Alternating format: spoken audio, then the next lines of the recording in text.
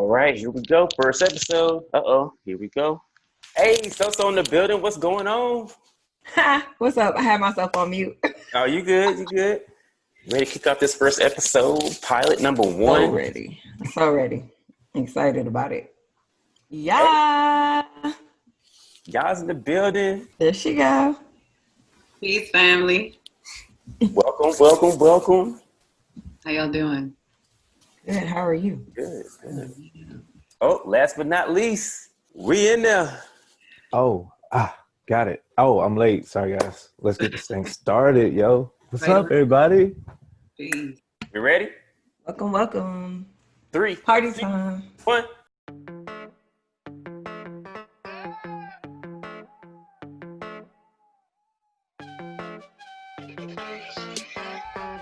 You are now about to enter the hottest podcast on the planet. It's your boy DJ Supa Man. It's your girl So. Peace. It's ya. What's up? It's your boy Scooby. Now get ready. You just entered the Tough Talk podcast with the Tough Talk crew. Welcome everybody to the Tough Talk podcast. This is the first episode, number 1, the pilot, the beginning to a most wonderful series of events. I just want to say thank you to everyone that's been tuning in to all of our pre-posts, letting everybody know what's going on. Also, I just want to introduce to y'all the crew, the Tough Talk crew. So first up, I got So.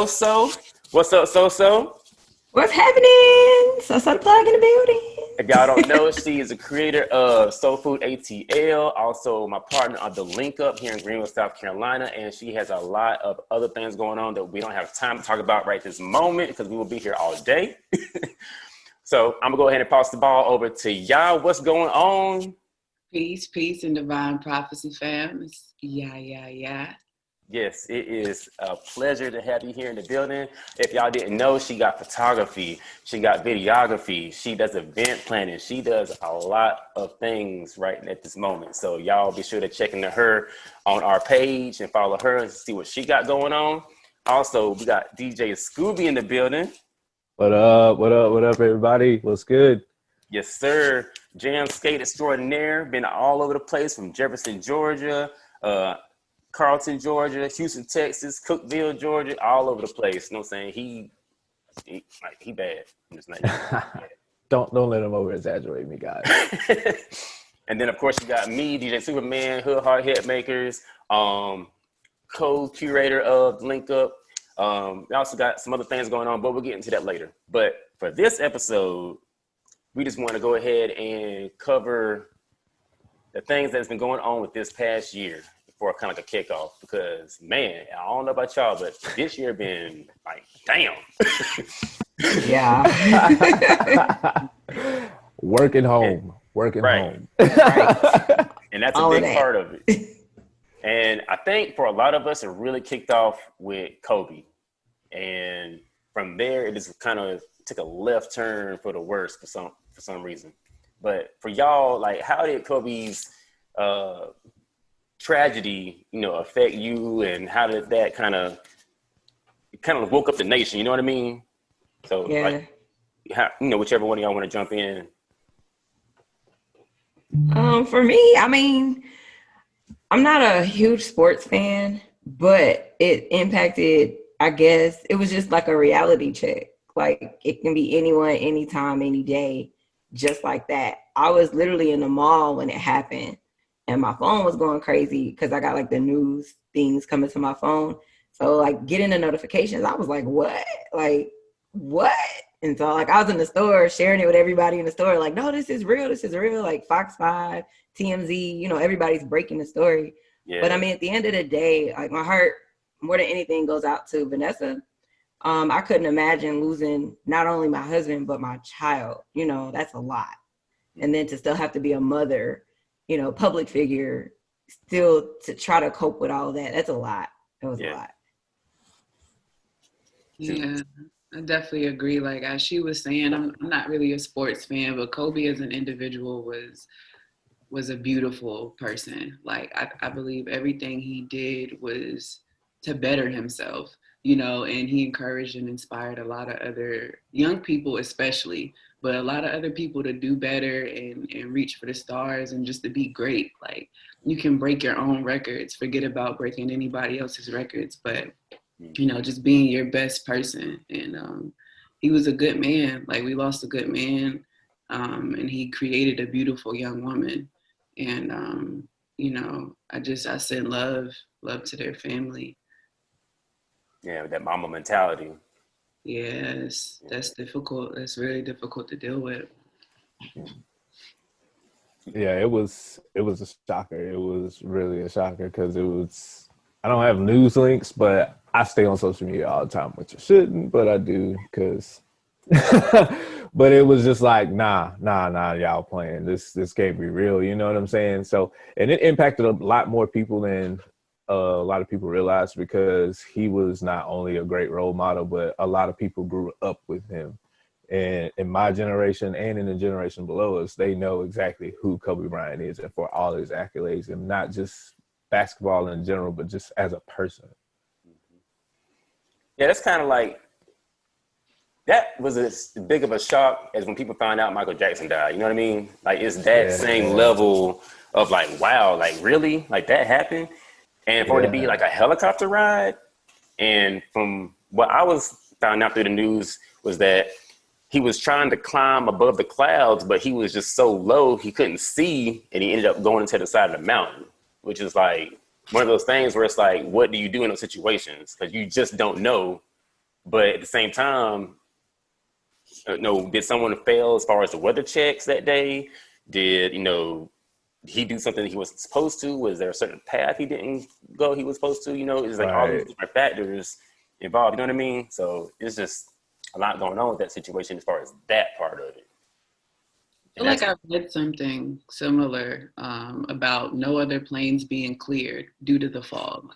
Mm-hmm. Right. I found that really interesting, that his helicopter was actually cleared to fly during that weather condition. Nobody's really in it. You can't see anything.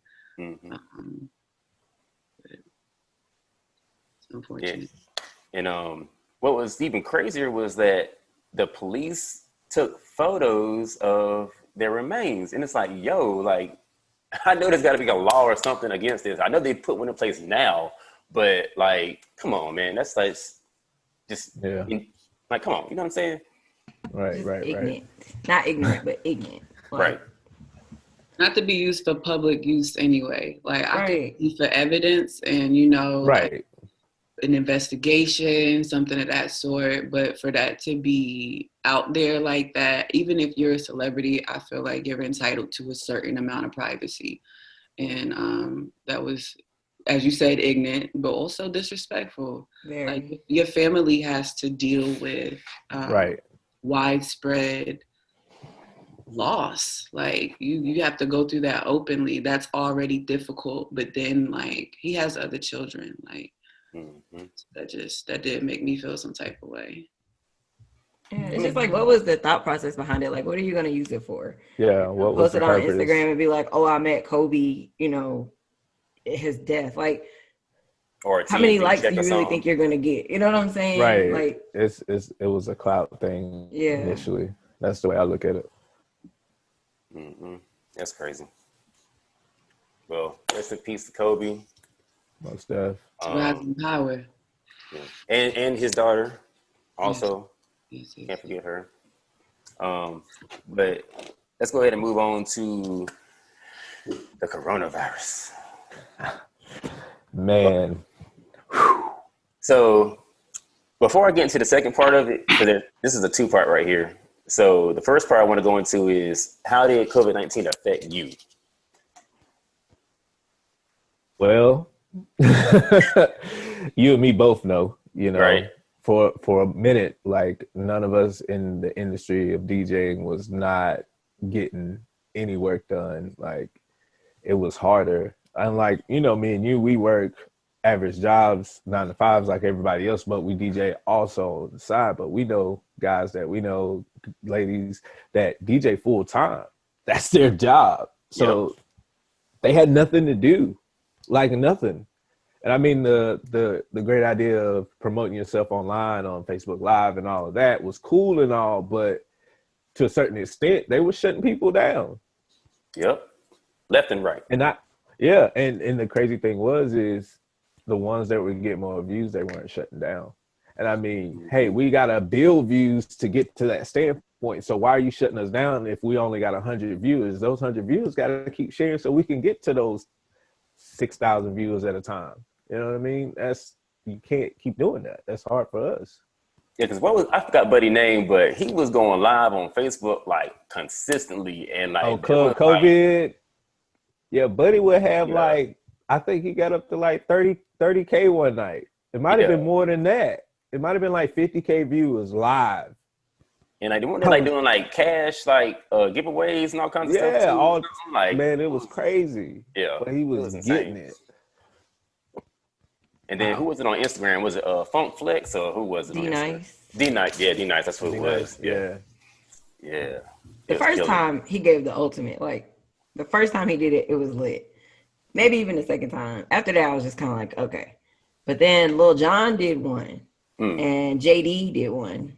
That, and I appreciated it, of course, because he brought it back to the South. You know what I'm saying? Right. It was a good little, turn up again. It's like, okay. And of course, the versus battles, that's been a savior for some. Yeah. Some of these careers out here. Yeah. But COVID-19, I mean, for me, it changed like in a drop of a dime because I was literally in the office and then like, I think Fulton County, I live in Gwinnett, Fulton County had a case. And depending on what part of Fulton is like right around the corner, but the part that had it was South Fulton, which is like the other side of town. But immediately our office was like, everybody needs to go home because if somebody has a kid at that school, now they're bringing, so they just immediately sent everybody home. What was funny to me is like some departments still work on desktops. So they were like, oh, you can never take a desktop home. They were packing desktops up. Like, bring your car. We're going to load you up. Get out of here. So that was cool. On the flip side, I did lose one of my close friends. Rest in peace, Coco Mika. Big, person down here, and especially in ATL, worked with Bigger Rank and all of them. So I lost her, and it was crazy. She had a pool party early June, and I was just like, I think it's too soon, sis. I think it's too soon. But that literally was like one of the last times that I actually shared with her. I stood in a corner with my mask and just try to like stay away from everybody. But that was hard. And then I've known a few other people that got COVID. So it was kind of, I guess, rough watching them go through it and everything. But for me overall, I think it impacted me the most because it forced me to sit down and it forced me to like deal with certain things, face certain things. And one of the biggest things was being alone. It was like, oh, snap, like this is life, because I kind of like just in between, you know what I'm saying? You just life, you just moving showcase to showcase, just not sitting down. So it was just like a real reality check, like sit down, focus on you, focus on your brands, and get a little more intimate with yourself. So, yeah. And that is one aspect of it that a lot of people wasn't really grasping at first was like when you are dealing with this, you have to seclude yourself for the safety of others. And I think that was a big part of it. How about you, y'all? Oh, sorry, I'm in the kitchen mid-drink. I was going to completely agree with Soso. Like, it was a necessary reset. Like I feel like we all had our day-to-day lives in a certain way. We've been conditioned to do things. And I feel like this has really pulled us out of like what's been our natural habitat to just move around and kind of just be stuck in a program or stuck on autopilot and kind of just live our lives a certain way. Like this opened up a whole new way of doing things, a whole new, I think, era of just having time to sit at home and think. Like they did this back in the day where everybody sat at home and meditated and like everybody came out with like some sort of awakening and stuff like that. But I feel like a lot of us have just been disconnected. Like this has given us an opportunity to disconnect from certain things to reconnect to ourselves, which I feel like is most necessary because in today and like interacting with people, you can tell like who has alone time themselves and who doesn't, and who knows themselves, like who treats themselves well. Like a lot of us aren't being fueled in a healthy way. Like sometimes we're literally just fueling ourselves to survive rather than actually giving ourselves the nourishment to live. So I appreciate COVID in the way that it's been necessary, because we have been stuck in a way of doing things, and it kind of would have just been continuing, like it's all we know. So I feel like this has opened minds. And of course, there's been some negative attributes to it as well, but I definitely see a lot of positive coming out of it, especially in people re-experiencing who they are and allowing themselves to be alone, to realize who they are and what they want. And, sometimes we do things because we need to and not necessarily because we want to. And so like, working from home, I feel like people have had an opportunity to reconnect with their children, with all of the things that have been happening in public school. Homeschool has been a safer and actually more beneficial alternative. A lot of children aren't getting that one-on-one time. They aren't getting the connection with not only their parents, but their families. Like our children spend a lot of time at school. And then if they've got after school, they're getting home like 6:30, 7 o'clock. That's Monday through Friday. You've got the weekend and all of that other stuff. And people have an opportunity to like actually be in control of teaching their children. They have an opportunity to, protect their children and to be aware of what they're consuming every day. Like if you think about it, in the children's first 7 years of life, they're literally learning everything that is constructing who they are, the basis, their foundation, their way of thinking, and oftentimes, our children are off with somebody else learning their foundation, which, the family, this is helping us to remember the importance of the family, which I feel like is where a lot of us deal with disgruntled and bothered adults. A lot of us have issues later in adulthood because of adolescence. So if we can pay attention to where it all starts, where it all begins, and have some control and direction and, the well-being of beings, you know what I mean? Like somewhere along the line, we got lost. And I feel like this has been a difficult but necessary redirection and being in control of your life. So for me, like I always wanted to have a natural birth. Like I ended up having to have my daughter at home, which I was super, super happy to do. But, I was still gonna at some point be outside and like under a tree and like all of that other stuff. But, I was just like, we gonna stay in the house. But it's a lot of things. Like we are a people who I think are more in control than we realize. And I think this has been a reminder of that. So honestly, I'm really grateful for this time because it's been very helpful in a new wave and a new age of thinking and a way of doing things. I know it's probably super long-winded. No, you good. It's just facts. Yeah. One thing you did mention I want to touch on real quick was in regards to the kids being at home is that you have a lot of parents that don't know how to connect with their kids or even to pass on what they know to them as far as like instruction, to help out with these teachers. Like you got kids failing out here. Like it's a lot going on as far as like inside the household by itself.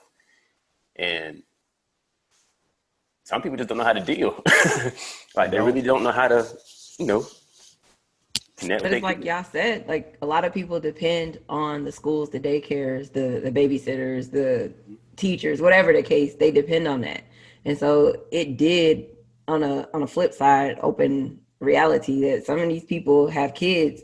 That's great, but they don't know how to be a parent. And you know what I'm saying? So now it better explains why half these kids come to school and cut the fool, because they don't have anything at home to guide them, just look at how many school systems had to send out the buses with food because people didn't have food. So think about those kids that have to go to school just to get a meal, which is sad.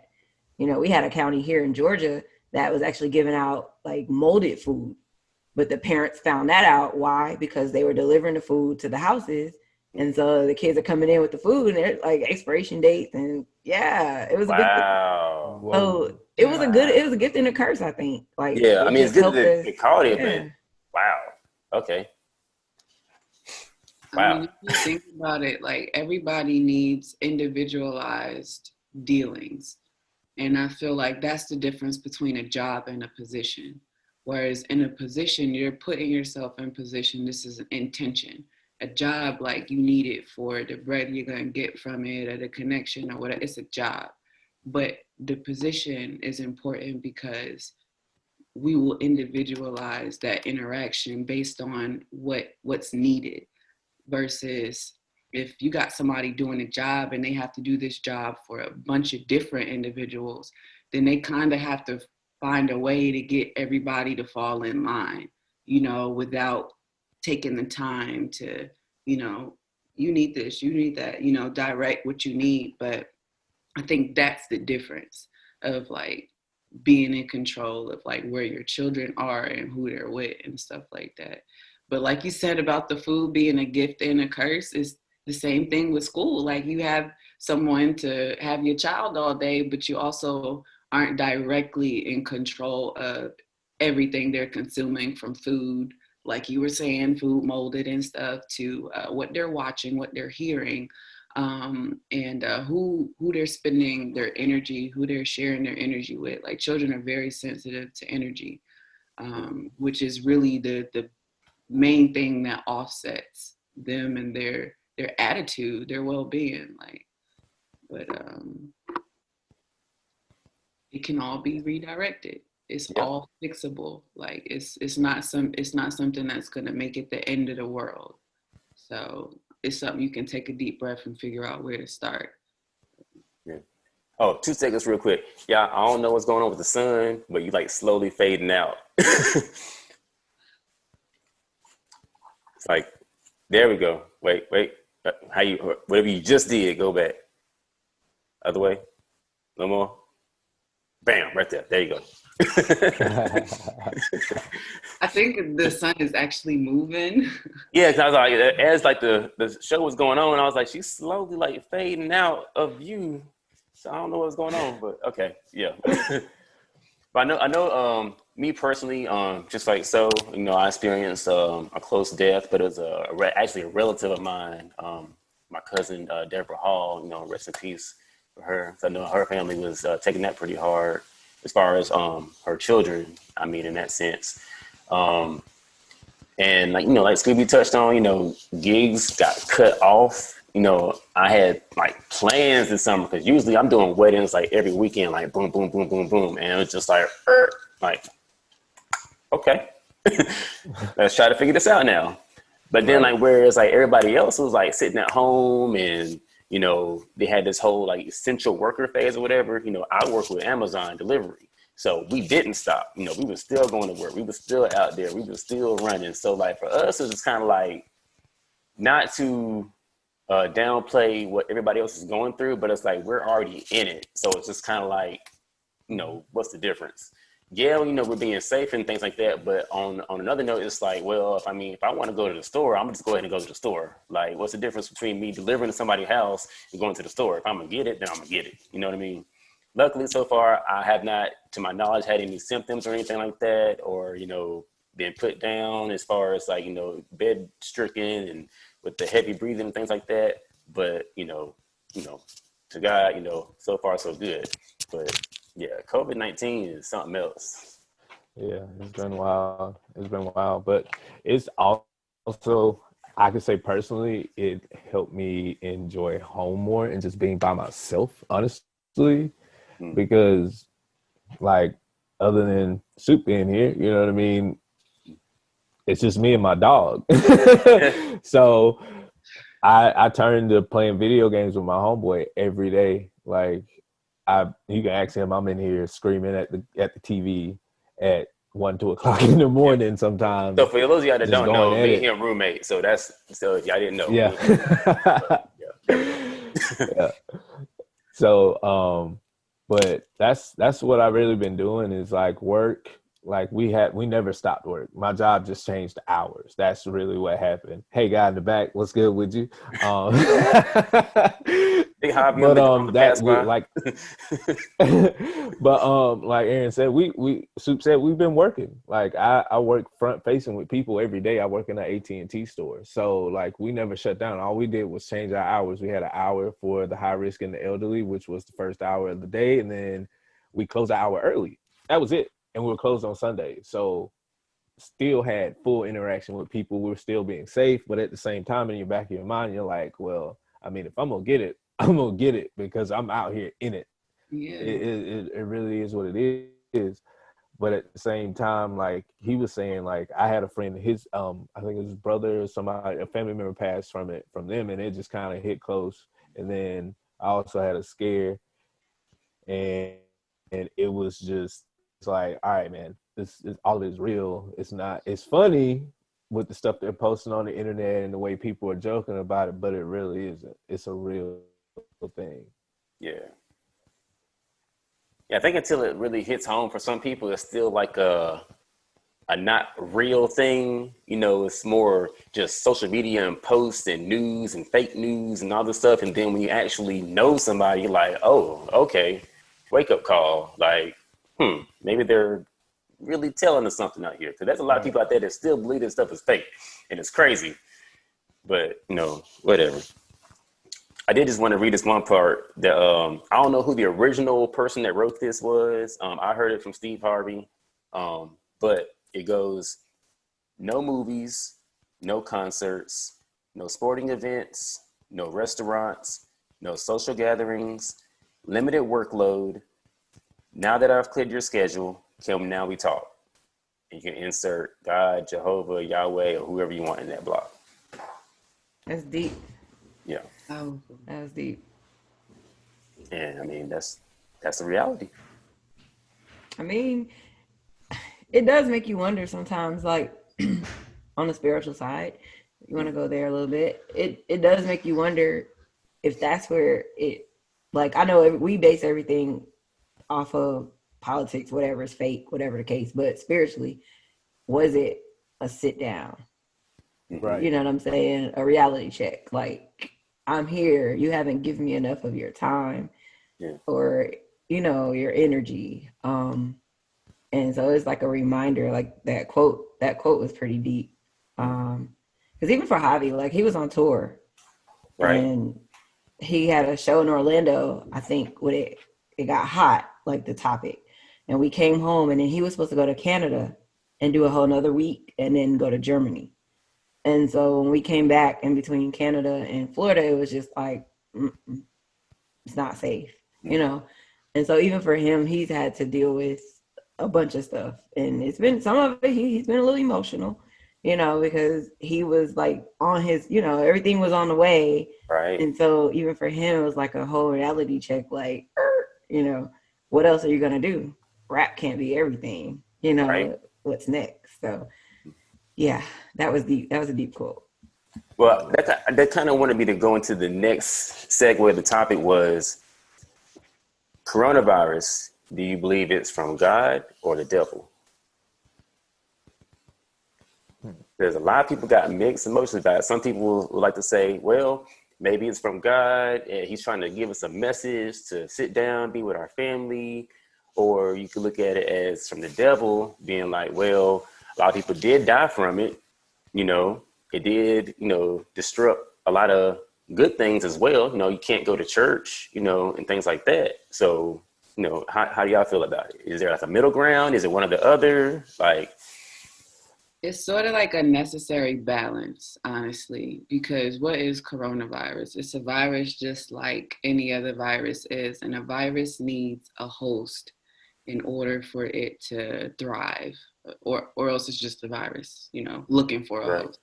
So if you are in control of your host, your immune system, your body's ability to fight off bacteria, infections, viruses, and protect you. Like your body is designed to protect you. So it's more of a matter of the condition of your being and if you are prepared for an attack, right? And if we stay ready, we don't have to get ready. So I think it's one of those things just to remind us, like, I feel like a lot of people are super used to like eating whatever or doing whatever. I think this has been a necessary teacher in helping us to take care of our bodies and to strengthen our immune system and to be able to heal ourselves.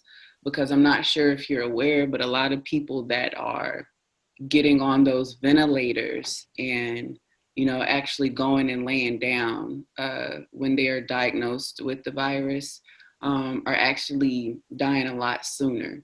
You know, those machines are restricting you of breathing on your own. Heard that too. And there's a lot of other stuff. I don't want to go too deep into it, but you have to be in control of what happens to your body. And if you, like I said, if you stay ready, you don't have to get ready. So it's just a matter of being aware, reading up on your genome and everything that complements your genome and everything that doesn't is literally detrimenting your body and making you susceptible to these things, to these viruses, to these bacteria, to these, you know, airborne illnesses, as they're calling them. Because a mask really, like, it was something we were talking about. You can blow out a lighter behind some of these masks. You know, they're more of a fashion sense and a whole nother ritual, more so than they are protectant of you when you go out into the world. So I think it just depends on your perspective. Truly, it could be good and it could be bad, or it could be an opportunity for you to inform yourself. But I think that we can always learn. I'm still learning every day. Like I still take the time to read up on just about everything I can make time for. So I think it's an opportunity more so than it to be like something from the devil. Okay. Yeah, I agree. I don't think it's from the devil. I hate thinking like that. But yeah, I don't think it's from the devil. I definitely don't. I'm in agreement. Like she hit all points. I mean, it's yeah. Okay. Because I thought, another thing that I saw, and, I didn't do all my deep history to look into the details on it, but I think that they were also saying that it was like every, 100 years, there's like another reoccurring something or whatever.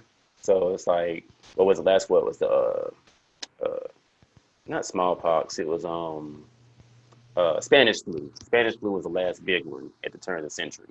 And like every turn of the century, there's like some new virus that like comes out or whatever. So it's like, is that kind of like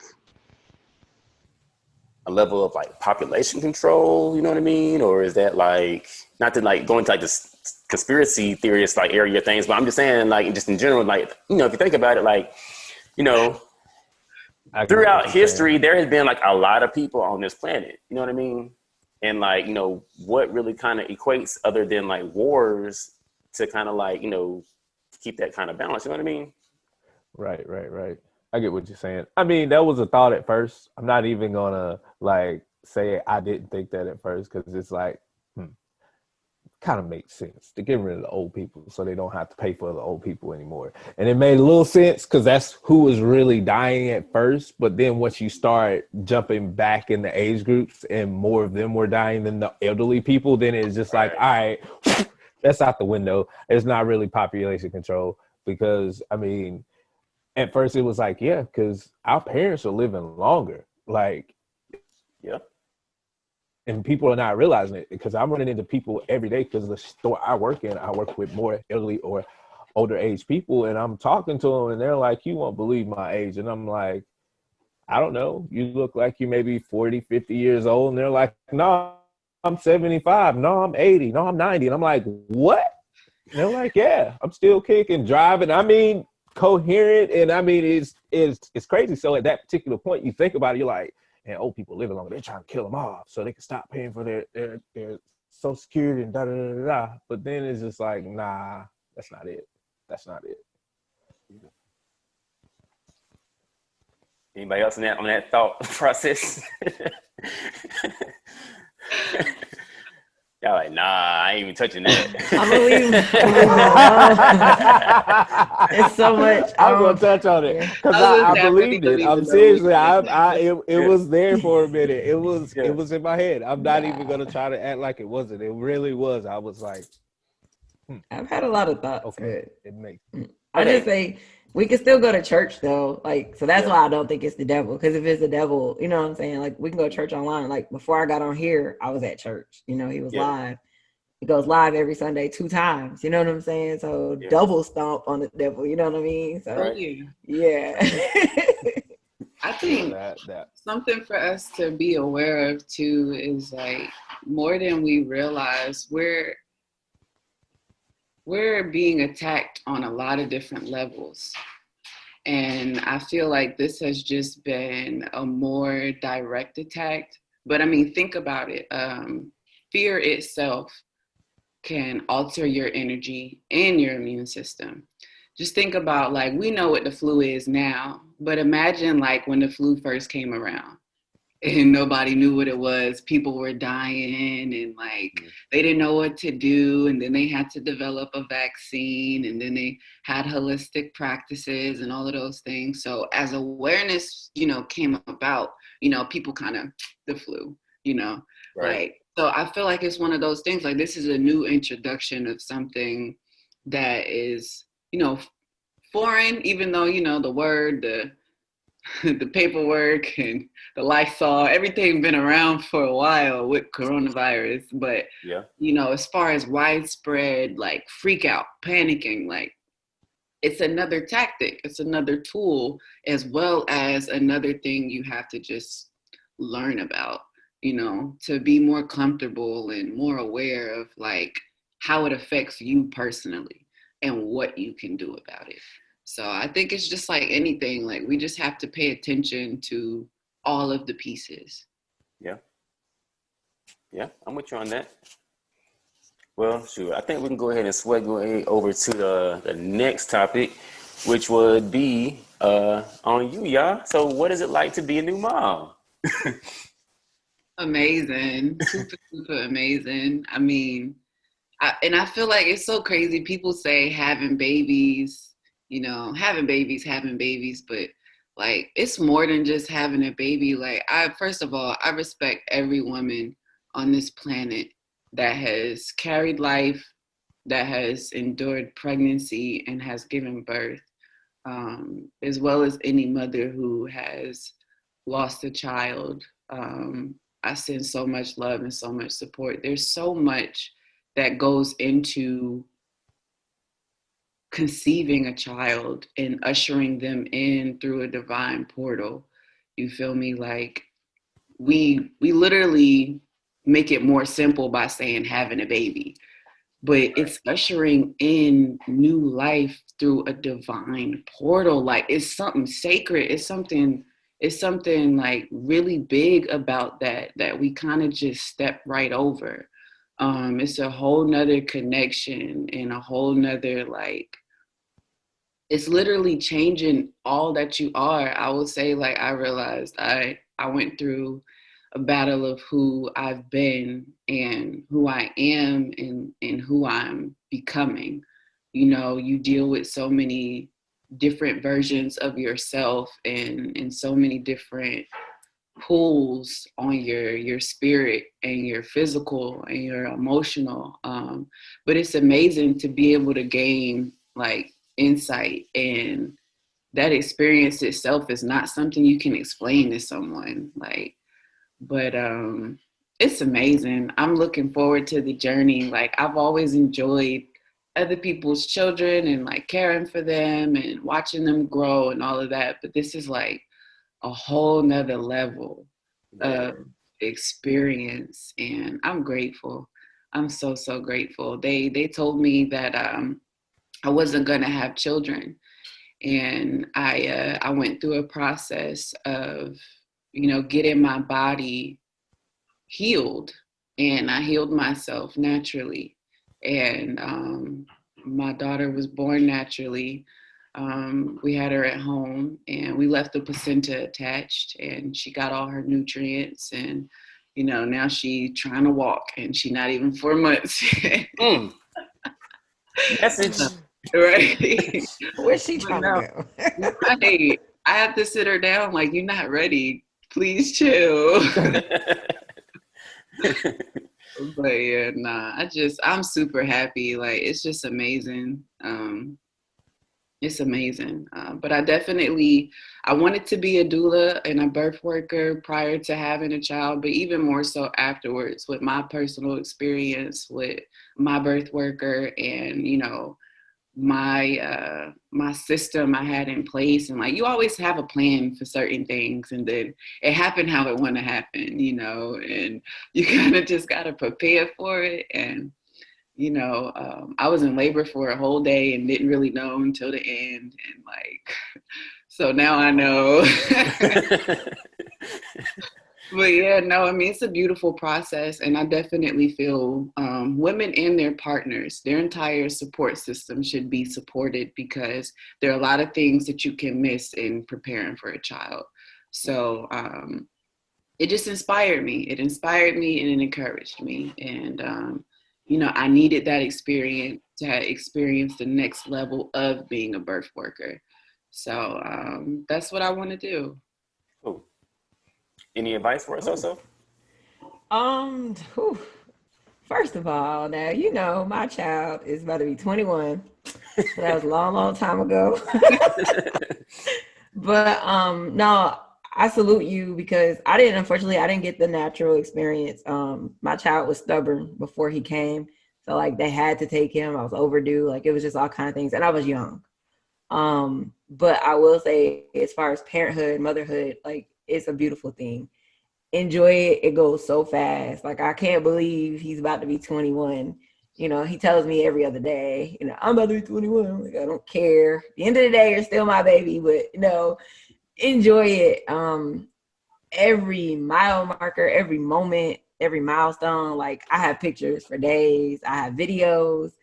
Those are moments that you can't get back, but they're very precious. You know what I'm saying? And even like with Hive, like, why you got that? Why put that away? Nobody want to see that. But I know later in life, he'll appreciate that. Oh yeah. And like, just, yeah, congratulations. Enjoy. And you got a girl, so you could dress her up. And I had a boy. All I could do is put some sneakers on him. Be like, go play and walk around with a drum and football gear.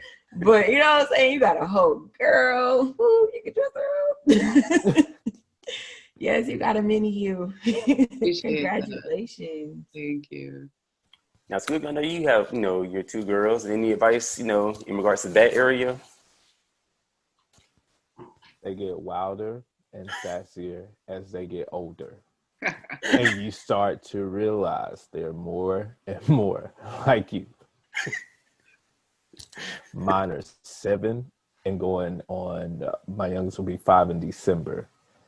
My oldest, she's calm, but my youngest is the testy one. That's the one that's just like me. So it's scary. My parents used to say it was, but they're fun. They're fun. I mean, Yep, that's what my mom told me for years, because I gave them so much. I was just a wild child, and I'm getting it full fold right now with the both of them. But it's fun being able to share things that you did as a kid with them. Like now I have them. Well, they're riding 4-wheelers now already. My youngest completely shocked me. That's why we ended up having to get her one, because the plan was just, we're gonna get your sister one and you're gonna just kind of learn. And then I got on it with her and I'm like, yeah, you kind of need your own, how to do this thing. So yeah, it's fun. That's what's up. I know for me, with my son, he's at that age now, because he's 12. where it's like, okay, now I can like really, really like give you certain life lessons that I remember my dad passing on to me and things like that. So, just, along the way, as he's growing up, you definitely always want to, put a piece of you in him. Because I don't trust the school system for anything, really. Like, anything that I try to put in him is, life lessons or what's the word I'm looking for?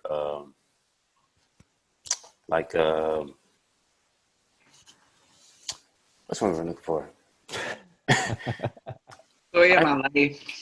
Yeah, life lessons and just how to be a good person, in general. Right. Like the right and wrong things to do, all that and everything. So, that's kind of like, what I find to be important, and as well, just trying to guide them, but let them also be their own person as well, Right. But sometimes you come up to me with some stuff, I'm just like, what is this? But I'll listen, Yeah. Wait till they start bringing girls. Well, he brings a girlfriend and stuff. That's probably where I saw myself, school, because he falls in love, and then it's like she's ratchet, and he's like, she's a good person. You just don't know. You didn't give her any time. If that don't sound like me trying to convince my mom about dudes from the past, I was so in love. Oh, girl, that was the one. And she's like, Oh man. I'm living that with him. I'm just like, bro, like we can do better. Like this last go one, she took me through the roof. But I learned from my mom how she dealt with me, and then I learned from how I handled the first one. So this time I stayed quiet as much as I could, and then eventually I slide in a little something, a little something here. And then I was like, next time, let your mom choose for you. Bring her to me so I could. And he's like, oh, okay, yeah, not happening. I try to slide it in. Right. Yeah, these kids. But enjoy every moment. Like, Yeah.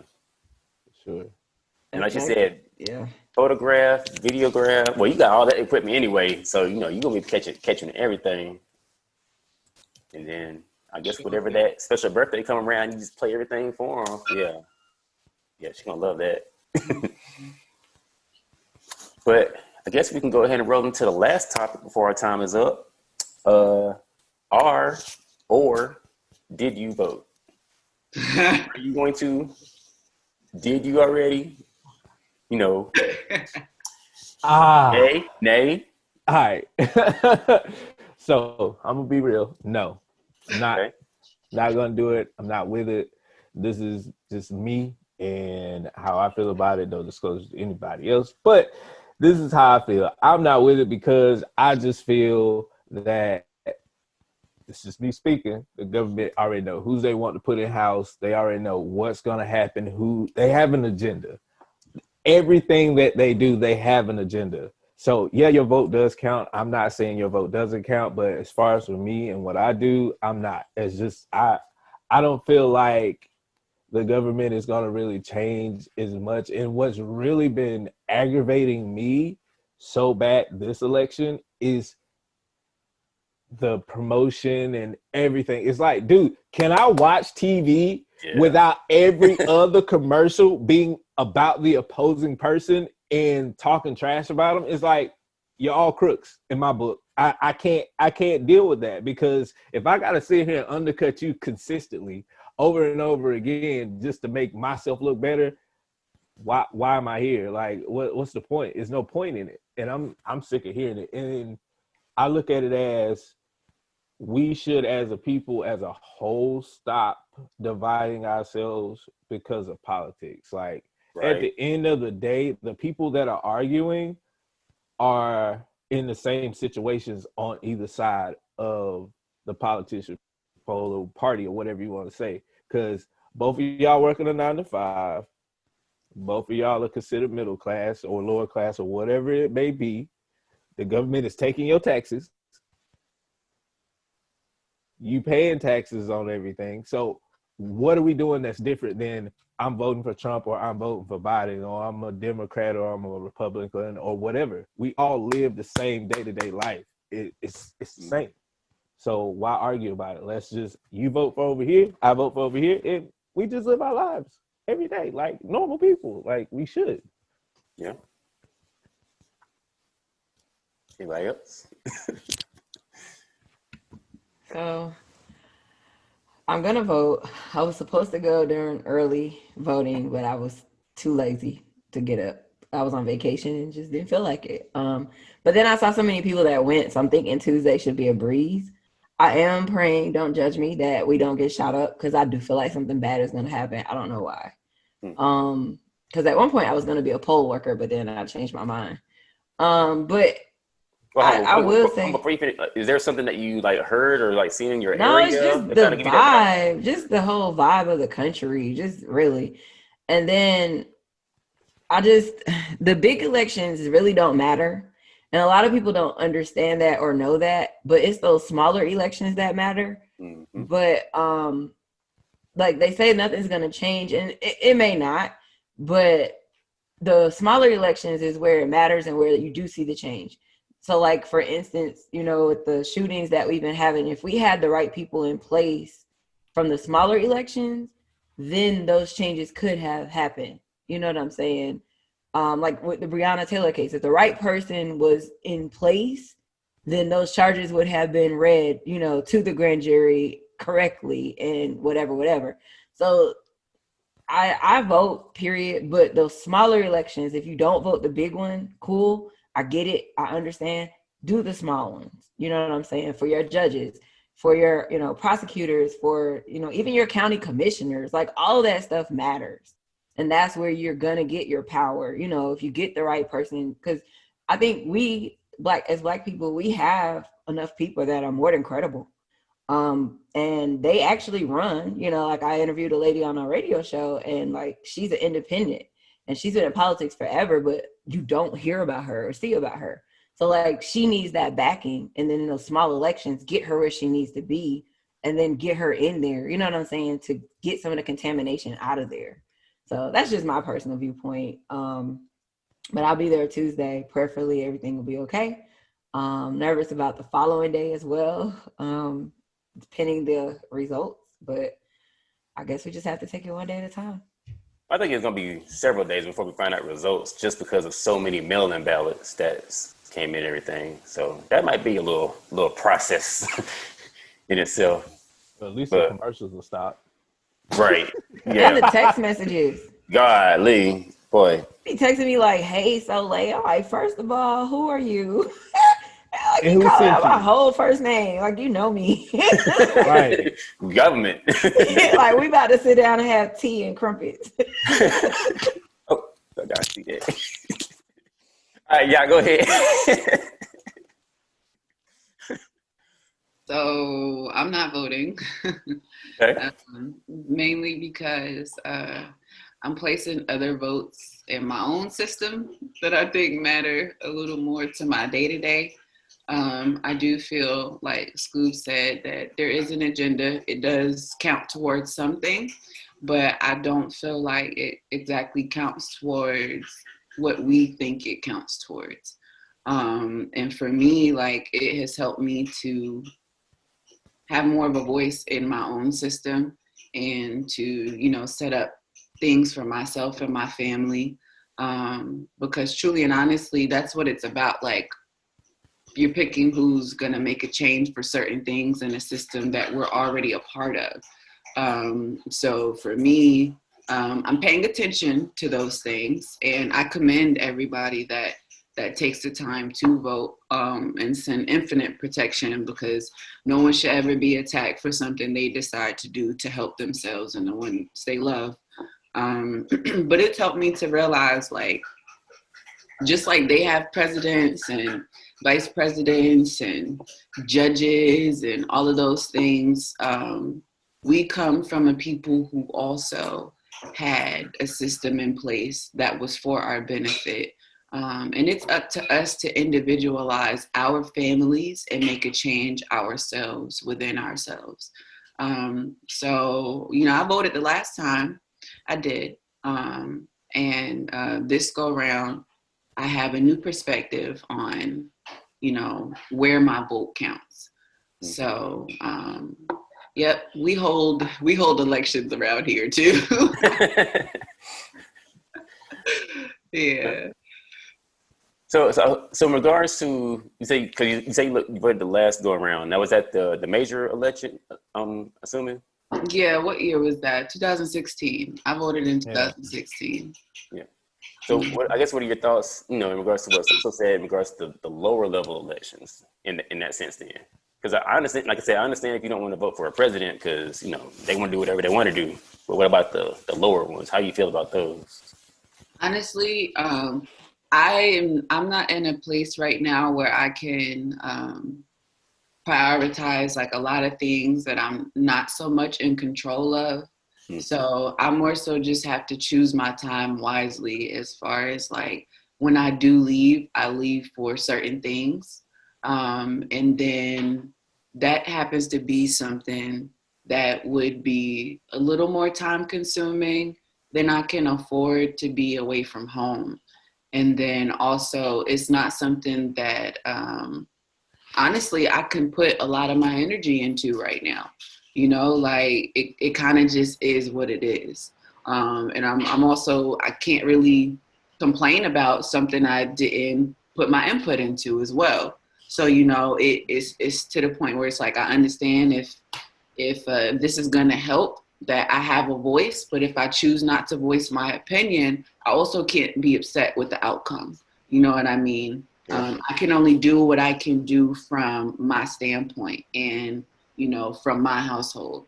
So, like I said, I think it would be helpful with the smaller elections, but it's not something I can, be a part of right now. But I Right. commend anybody that puts their time and effort into it because we do need that. We do need those different perspectives and people that can prioritize it. Like that's also important. There's a necessary balance. So I recognize that, and I kind of just hear it when I hear it. And I'm here either way. We're gonna make it happen either way, because the world definitely don't stop spinning. Right. So it's gonna be good either way. This is what you make it. You know what I mean? Everything is literally what you make it. You can turn anything into an opportunity to turn around your situation. So I feel like everybody is becoming more and more equipped, whether they realize it or not, to be completely 100. Like all of this is preparing us for something really big. So let's get it. Like we here. Right. Now, I know for me, this was actually the first ever election I voted in ever in my life. I did go ahead and do a mail-in ballot, so that is like sent, gone, done with. I ain't got to worry about mail holding it up. It should be in their hands, ready to start counting on the 3rd or whatever. But honestly, the only reason it took so long for me personally, just because like the way I was raised Jehovah's Witness, and Jehovah's Witnesses don't vote.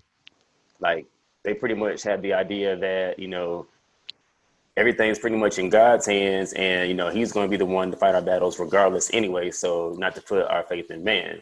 But at the same time, the reason I did this time around was because it's not that I'm saying I'm putting my faith in man, but maybe that little bit of change can like help the situation just a little bit better. You know what I mean? And not be as worse.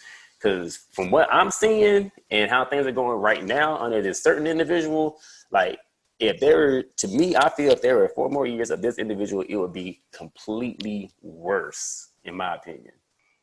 Versus not as bad. It's still gonna be bad because you still got so much down the line that have their own agendas and whatever they're bigots or feel a certain type of way about certain individuals, and not to mention going across the entire country in each individual county and town of sheriffs and everything else is going on. At least maybe it'd be just a little bit better than what it is right now, because right now I feel like America is on this teeter-totter of being another country that is not, and it's not going to be a good thing. But, that's just me. I feel you. Yeah. I can agree with that. Because, man, it's, what? Like, I've never heard in the 20th century a militia group kidnapping was it a mayor, was it? The Or something like that. And in Michigan. yeah, in Michigan, and Yeah. doing something like that. Like, what? Like, y'all that bold? Like, I'm come like, on, what man. in the Taliban is this? Right. Coming to the States. Like, what? Like y'all talking about all these like foreign like people, like you said, like Taliban and all these other different militias or groups or whatever. But we got like all these like right here, like, like Oh this yeah, is they're insane. everywhere. They're Yeah. everywhere. Yeah. Oh But the yeah. thing is, they're not like the ones that are in other countries, because the ones in other countries, they don't care. They're gonna fight for what they believe in, even though they're militia. So you know what I'm saying? I see a lot of militias and stuff around in the US that I see on documentaries and stuff like that. They're using the same approach. They're carrying guns, weapons, blah, blah, blah. But at the same time, they're not acting on anything. So it's like, I understand your purpose and what you want to do, but why are we still here? Like, why are y'all still here if y'all not acting upon it? Don't do nothing. Don't say you're going to do something and you don't. Like, Be about the action. Yeah, be about the action you talking about. You want, basically what they're saying, I've seen a lot of them, they have in common is that they want a reaction out of somebody else so they can give a reaction. So they want somebody else to complete the action so they can react. Which, I mean, I'm not for saying, hey, y'all need to go out there and start kidnapping people and shooting people up and running up in buildings and stuff, because, I mean, you don't want innocent people to die, because there will be innocent bystanders there. Mm-hmm. But at the same time, let's not build these groups if y'all are not going to actually help in those circumstances that what you believe in. Like, at least try to, police those situations. It's crazy, man. It's wild. At least with the Black Panthers, they at least had programs that were in place to help people. They at least, tended to their own. They at least helped the community in everything that they did. It wasn't just, oh, we out here, we marching, we got guns just because we can, and we just in the street. No, they actually had purpose for things that they did. I don't think a lot of people have that integrity to like actually make changes in their community. But the funny thing is, all of them have a common ground. It's the funniest thing. The Second Amendment. That's like the common ground that they have. Like, no, I mean, and every last one of them, they want their rights to be able to carry their guns. All right, cool. We get it. We got it. That is your right. But what is your other agenda that's helping everybody else other than that? Right. Yeah, it's crazy. I don't know. 5 times. America, yay. I mean, look, man, I be thinking about, man, do I need to move somewhere like Nigeria? Well, no, Nigeria got some stuff going on right now too. Maybe Listen, I don't know. the way it's looking, Canada is the only safe place. Yeah. I'm just saying. How often do you hear about crazy stuff happening in Canada? Canada's been lit for a while now. But I mean, other than like they stay off the radar is what I'm saying. If they got something crazy going on, they keep it in Canada. It's like your circle. You keep it in your circle. Your business is your business. Like, America is like Facebook. Everybody knows America's business. You go to Canada, nobody. That's why I said Canada is safe. I didn't know Canada was lit. Like, come on. No. Like, as far as like what happens in Canada stays in Canada. Like, they have, no littering laws and free health care and like, that free healthcare is big.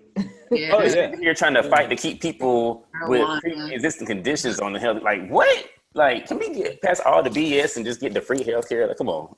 And it costs like every year open enrollment. I'm like mad because it's like, open enrollment's coming. Who cares? Because every year it goes up, and I'm like, we're gonna be broke paying for healthcare. I just feel like if it's something that you can't help, we should at least, if we have to pay small amounts for it. I mean, yeah, people getting plastic surgery and all that. Yeah, no, y'all pay for that with y'all big money. But like, I'm sick. I'm sick. I broke my leg, yo. Like, can somebody just mend me up real quick? It was something, I mean, it probably could have been a situation that I probably shouldn't have been riding a motorcycle or something like that. Yeah. But at the same time, it's just something that happened. Yeah. And it deals with my health and my well-being. Because now, if I come in there and I got a cough, and it really ain't nothing but a cough, charge me out the butthole for it because I wasted your time. But if it's something serious, like people with diabetes and these serious conditions, they have to pay like stupid amounts of money to live. Like, dude, that's ridiculous. Like, they should be distributed because you're distributing the amount of medicine and medication and treatments they get. So why are you charging them for it? Mm-hmm. And a lot of those medicines, that's what they're for. That's the only thing they do. They don't, cause a high or euphoria, anything like that, like that a druggie should use. So why don't you distribute the right amount? All right, this is what you need to live. When you come back, we'll give you another. You know what I mean? It should be that simple because not everybody has a lot of money for healthcare. It's crazy. It's kind of going back to the COVID thing. One of my friends that had it, he posted about the medication and stuff, and his live, he shared with us that when he went to the ER, he went to the doctor first. The first thing they asked was, what kind of insurance do you have? And then based off his answer, okay, you're going to go to XYZ hospital. As soon as you get there, they're going to take you in. Your room will be ready. Once he got in his room, he said they had a whole nother meeting in front of him about his insurance, deciding on the medication to give him. Wow. From there, they gave him a drug. I can't remember the name, but I do know 45 took it as well. And it was $6,000. They administered it to him. He posted his bill. He posted the whole hydroxychloroquine. What's the other one? That's the big one I heard. Yeah, it might be that one. I have to look back on Facebook, so that's why I don't want to say the wrong thing. But I do remember he specifically named it, and he showed the bill. It was $6,000. But what got me was like what Scoob just said, the fact that they had a meeting in his room in front of him. He was laying there sick, almost on his way to a deathbed, and they had a meeting to decide what medication to give him. So think about it. If you don't have insurance, think about if you're unconscious, and they have this meeting, and what if they have a meeting and don't know that you have XYZ, and now they let you die? Like, it goes so deep, like, about the healthcare here in the States, because it's sickening. And then not all companies offer good healthcare. Some offer some basic plan that really doesn't cover a lot of stuff. So you have high copays and all that good stuff for just to get your meds, or even just to go see somebody, or you got to meet the deductible. Like, cry me a river. These doctors are overpaid. Like, they don't need that much money. I'm sorry, y'all don't need that, because y'all gonna make it regardless. People sick every day, So why are you hitting us over the head to come in and ask you if, like, I'm sorry to talk so long, but I had a doctor like that last year. I went to her, I was supposed to have surgery, and it was a major surgery. And so this heifer told me, when I asked her a question, she was like, oh, you have to schedule an appointment to ask me questions. This appointment is strictly for your physical, and that's it. And I was like, what? Like, excuse me? Wait, what? So then, yeah. So stupid me, I said, I'm gonna play with her. So I scheduled the appointment. And I had to pay my copay. And I go in, and so I start asking her questions, and she was like, yeah, no. Well, either you're gonna do it or you're not. Wow. I was like, okay. So I politely left, and I found myself a new doctor, but that's how they treat you sometimes. And you do give them your dollar, That's crazy. Like, who are you? I think we might go ahead and set that one for another show topic, because I'm pretty sure we can just like delve way deep into that. I have a lot to say about that. I can see it on your face. It's like, yeah, I'm waiting. Yeah. Hold it. I'm make a note of that real quick. Westernized medicine. Yes. Jeez. Man, we're going to the rabbit hole now. Oh yeah, it's a deep one. You're about to fall in like Alice and keep falling. Yeah, seriously. I mean, it's so deeply rooted. It's so deeply rooted, like way back. It's crazy. It's just so crazy. And the thing is, a lot of the stuff you can heal your everyday troubles with are in your backyard. Mhm. Healthy self is heal thyself. Telling you. Yeah. Well, okay. All right, let's go ahead and jump off of that, and we're gonna go ahead and start to wrap up the show. Cause I know, we definitely got to come back to that topic. Cause I got you down, y'all, for weaponized medicine, and I got so for healthcare. So I love that you said weaponized and I said westernized, but oh, westernized. Oh, my bad. My bad.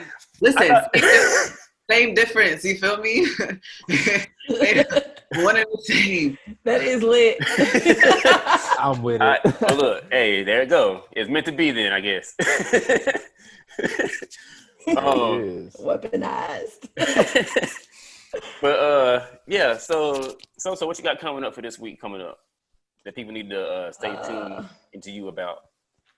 Dang, this should have been last week. I had Soul Food ATL. Since today is Monday, technically. Technically this week is a light week. I just have the radio show that I'm on Wednesday, the SEB show.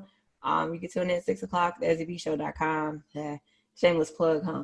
Other than that, I'm just working. I'm now working with Rico Barrino, Fantasia's brother. So I'm putting a lot of energy into him right now, just, getting everything together. So that's probably my main focus this week. And then I'm just out and about. No, I'm just lying. I'm not. I do go to one event per week, which is at iLounge. Yes, masked up, of course, definitely with the mask on. But they have this bout series challenge, and so I support that with the Sound Capsule app, and I'll talk about that one day. But it's pretty cool for artists, for independent artists. So I do support that. That's like home-based family. Other than that, it's a light week. I'm just here and go vote. Cool. Yeah. Anything got coming up this week? I homeschool children full time right now. Word. I didn't know that. Oh, Yeah, so Monday through Friday, that's what I'll be doing. And then I've got a maternity shoot for a mother this weekend, playing around with a bunch of different poses and props and stuff for her shoot. Planning a few other ones, got to scout some locations for some outdoor stuff. And then I'm just really going through my camera and my memory cards and putting together a portfolio that's more updated and diverse and stuff like that. And then there's a painting that's been sitting on my easel that I need to finish. So hopefully I'll have some time to work on that. But really just existing in the moment, nothing too serious, day-to-day life. Yeah. School, anything you got coming up this week? Nah, just work, Fortnite, and the kids. That's about it. Yeah, I'm off the next couple of days, so I'm gonna be with my girls. We're gonna go ride in the country, get a little hunting in while I'm out there. So, sit outside, listen to the quiets of nature. When you get older, you learn to enjoy that. It's so great. It's so great. It's so peaceful. But yeah, that's pretty much. I mean, I don't have any, DJing things coming up. I'm working on something. I've been working on something. Well, we've been working on something. Okay, I got you. We've been working on something for like the past year. It kind of hit a brick wall when COVID came around, which we still gonna try to get that popping. So keep your eyes out for that. We're gonna integrate that with the show. Y'all gonna know about it. Y'all gonna know about it. Yeah, keep listening. Birdman hand rub.